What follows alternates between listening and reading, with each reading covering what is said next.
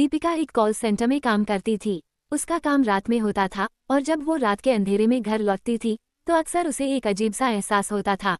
हर दिन की तरह उस दिन भी दीपिका ने कैब बुलाई और घर के लिए निकल पड़ी।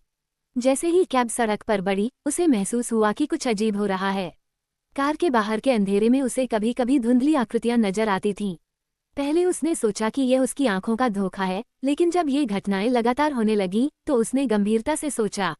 पहली रात कैब में सफर करते समय दीपिका ने देखा कि ड्राइवर अचानक बेताब हो गया। वो लगातार पीछे देखने लगा और उसकी सांसें तेज हो गईं। दीपिका ने डरते हुए पूछा, क्या हुआ? ड्राइवर ने कहा, कुछ नजर आ रहा है, मुझे अच्छा नहीं लग रहा।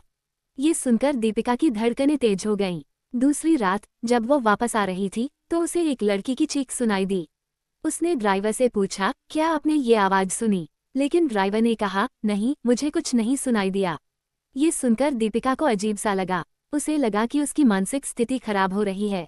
ये सिलसिला चलता रहा और दीपिका ने फैसला किया कि उसे इस रहस्य का पता लगाना होगा। उसने अपने एक दोस्त से बात की जिसने उसे बताया कि उस इलाके में एक पुरानी कहानी प्रचलित है। कहते हैं कि वहाँ एक लड़की की आत्मा है जिसने अपनी जान एक दुर्घटना में खो दी थी। वह आत्मा रात के समय वहाँ घूमती है और जो भी उसे देखता है उसे परेशान करती है।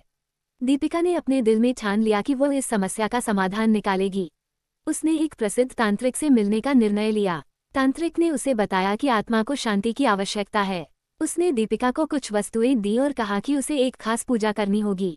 अगली रात दीपिका ने तांत्रिक के निर्देशों के अनुसार पूजा की। उसने जला हुआ दीपक, फूल और कुछ अन्य चीजें एकत्रित की और एक शांत स्थान पर रखीं। जैसे ही उसने पूजा समाप्त की उसे लगा कि जैसे चारों ओर से एक ठंडी हवा चलने लगी हो। उस रात दीपिका ने जब कैब बुलाई तो उसने महसूस किया कि उसका मन बहुत हल्का हो गया है।